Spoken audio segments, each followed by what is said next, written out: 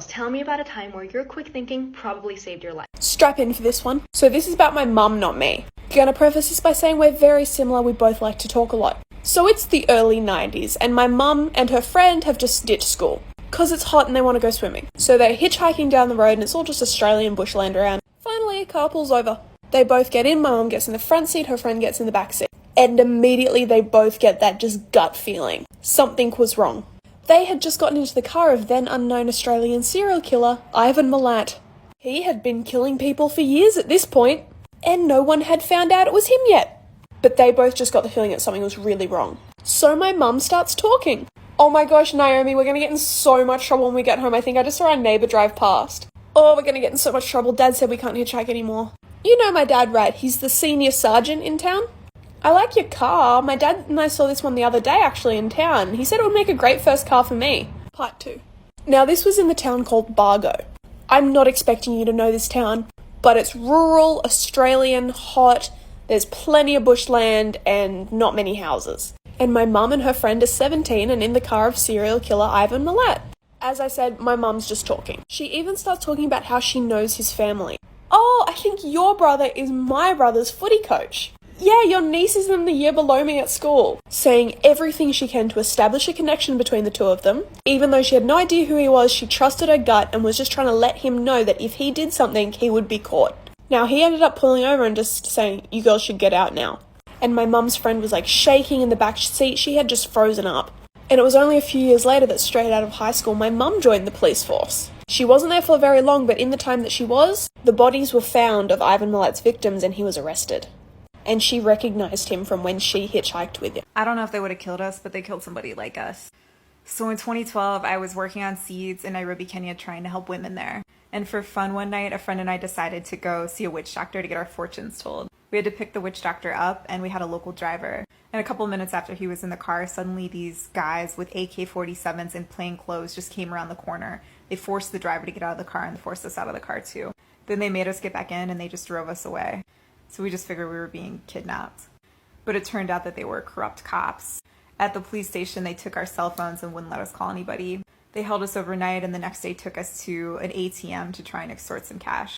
While my friend was at the ATM, I slipped into a shop and I begged the shopkeeper to call the US Embassy before they saw me. As soon as they found me, they forced me into the parking lot. They ripped off my dress so I was topless and they tried to force me into the car. I just kept struggling, I don't know for how long. And the embassy did show up, so we were okay. You know those women's safety memes that get posted on the internet with little tips? Well, I had just read one of those, and what it said was, if you're ever coming out to your car and there's like a van or something parked next to your car where their driver's side door is facing your driver's side door, do not enter your car that way. Go in through the back or call somebody because there's probably someone waiting who's going to snatch you. And so I had just read this like 2 days prior, and I was grocery shopping one day. I come out to my car, it's nighttime, and there's a van, a white van, and their driver's side door is right next to mine. And I'm like, not gonna die today. So I crawl through the back and I drive off. But here's the kicker.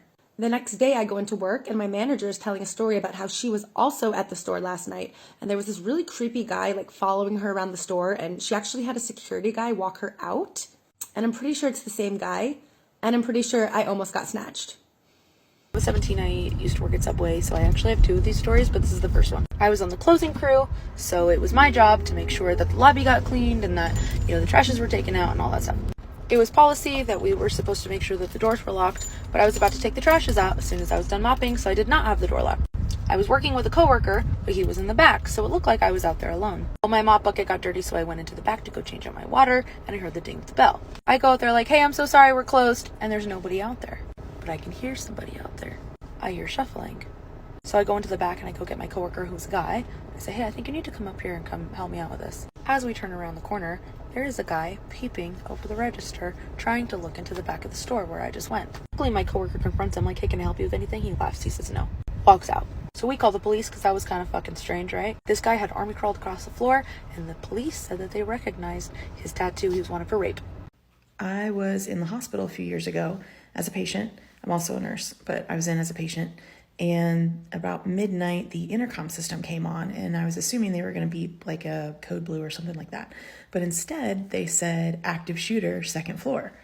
And in that split second, I heard shots and realized I was on the second floor. And being a nurse, I knew none of the rooms had locks on the doors, neither did the bathrooms.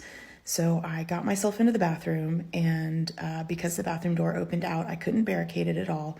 So I took the power cord out of the back of my IV pole and I tied it around the door handle, and I tied the other end around the shower handle as tight as I could so the door couldn't be opened from the outside. And then I laid on the floor for 32 minutes and waited for the police to come and get me. And they had killed the shooter right in front of my room. Okay, so when I was 19, I was coming back from college. It was a kind of a far drive. My gas light was already going off, so I knew I had to go get gas soon. All of a sudden, I get this really bad feeling in my stomach, and I got like that sixth sense where you can just tell someone's glaring at you. And so I turn over, and I see a 50-year-old man who was so creepy, just like literally staring at me. He rolled down his window. He's trying to talk to me, and I was like really creeped out, just so like, ugh. And anyways, I sped up, he sped up, I slowed down, he slowed down, and so I was like, this guy is following me, like, and I didn't want to go home because I was like, I don't want him to know where I live. Also, I was running out of gas, so I called my dad, he didn't answer, so I called a guy friend. I was like, you have to meet me at the Target, like, I'm running out of gas, and I'm really scared, and this guy's following me. I go into the Target, the guy literally follows me into the Target through the aisles, he's literally, like, right behind me. Luckily, my friend was there, and everything's fine. So my sophomore year, I was at a party, and I was absolutely plastered. So what had happened was everyone, like my friends, we went outside and got in another one of my friend's cars. He was a guy, mind you. And they were all smoking. I don't smoke, so I was just chilling there. But it was a while, and at this point I was like kind of passed out. They all left me in the car with him, and he starts driving away. I kind of felt uncomfortable, and I sat up and I was like, where are we going? He didn't answer me. I asked him multiple times where we were going, and I said, you should turn around. My mother has my location on my phone, and if she sees me leave the party, she's going to come and get me. She's going to find me. I'm not allowed to leave.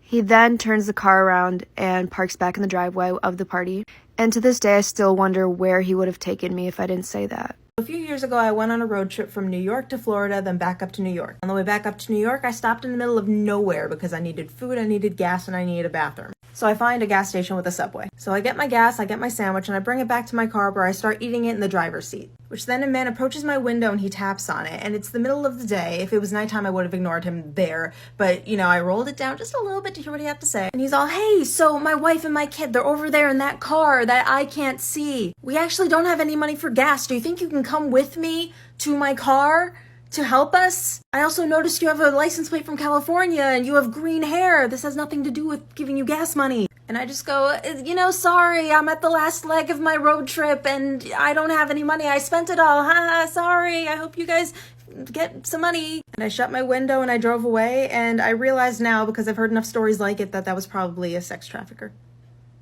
I always tell this one. When I was working in London, I was on my way home on the tube.